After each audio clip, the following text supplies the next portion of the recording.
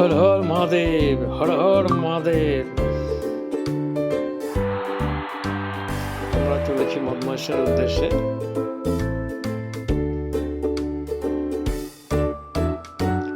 মদমাইশর একটি trekking route. মদমাইশর যেতে হলে প্রথমে আইদার হরিদ্বার কিংবা ঋষিকেশ কিংবা দেরাদুন থেকে যাওয়া যায়।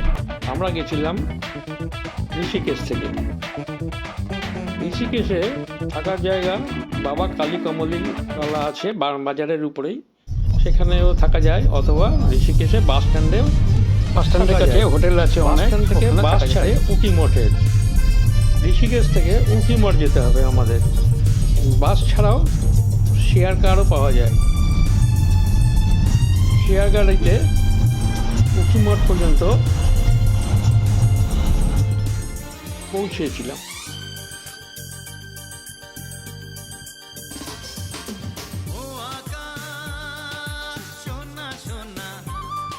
উকিমঠ থেকে রাশি যাওয়ার জন্য যে গাড়িতে উকিমঠ এসছে সেই গাড়ি রাশি যায় না। রাশির জন্য আলাদা গাড়ি থাকে, উকিমঠ টু রাশি আসে। রাশিতে দু একটা হোমস্টে আছে, সেখানেই আমরা ছিলাম। রাশি থেকে হাঁটা শুরু, কিন্তু আটতলিধার পর্যন্ত 2 কিলোমিটার, রাশি থেকে 2 কিলোমিটার আটতলিধার পর্যন্ত গাড়ি পাওয়া যায় অনেক সময় পাওয়া যায় না, হেঁটে যেতে হয়। তারপরে আমাদের হাঁটা শুরু। আটতলিধারের পরে 3 কিলোমিটার যাওয়ার পরে 3-4 কিলোমিটার যাওয়ার পরে রেজিস্ট্রেশন করানো হয়। একটা কফির দোকানে বসে থাকেন এক ভদ্রলোক, উনি রেজিস্ট্রেশন করে দেন।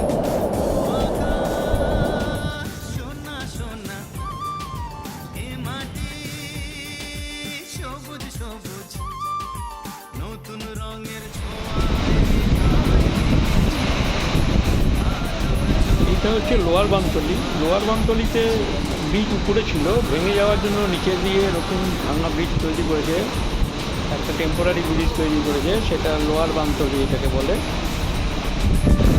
আগে প্রচণ্ড একবার জলের ভেঙে চলে আসে এই দিকে, সেই জন্য তারপর থেকে নিচে নেমে উপর দিকে আবার আপার বামতলিতে যেতে হবে।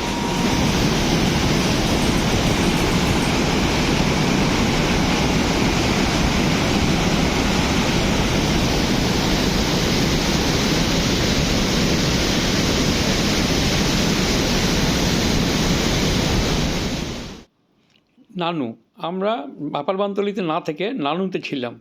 নানুতে একটাই হোমস্টে, তো 4-5টা ঘর আছে। তারপরে নানু থেকে পরের দিন আমরা সোজা উপরে উঠে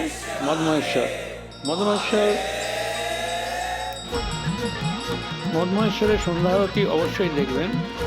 মদমাইশ্বরের সন্ধ্যা আরতিতে ঠাকুর মশাই অনেক কিছু, পুরোহিত মশাই অনেক কিছু বলেন। মদমাইশ্বর থেকে 1 কিলোমিটার উপরেই বুড়া মদমাইশ্বর, যেখান থেকে এই চৌখাম্বাকে ভারী সুন্দর দেখতে পাওয়া যায়। তো পুরোহিত মশাই সন্ধ্যেবেলায় আরতির সময় সবাইকে ভিতরে ঢুকে ওরা এখানকার মাহাত্ম্য, এবং এটা দ্বিতীয় কেদার তুঙ্গনাথ, 4টে কেদারেরই মাহাত্ম্য বোঝান। সত্যি সুন্দর লাগে। তারপর ওইখান থেকে আমরা নেমে চলে এসে আমরা সোজা রাশিতে না থেকে সোজা পৌঁছে গেছিলাম উকিমঠে। আর তোর নামটা বল। তোর নাম থেকে আমরা যাবো বলেই ঠিক আছে, আসুন।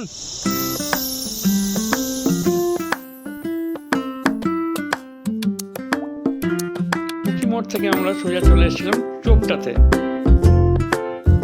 চোপটা থেকে আমরা পরের দিন তুঙ্গনাথের উদ্দেশ্যে রওনা হয়। তুঙ্গনাথের রাস্তা ভারী সুন্দর, ভীষণ সুন্দর। তুঙ্গনাথ 3.5 কিলোমিটার ডিস্টেন্স, হেঁটে উঠতে হয়, তবে ওঠা যায়। সুন্দর, ভারী সুন্দর দৃশ্য দেখতে দেখতে ওঠা যায়। তুঙ্গনাথ তৃতীয় কেদার।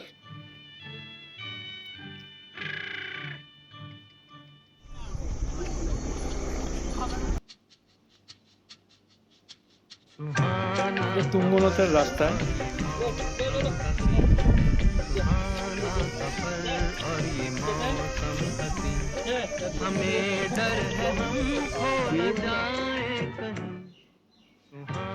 তুঙ্গনাথের হোমস্টে থেকে দৃশ্য।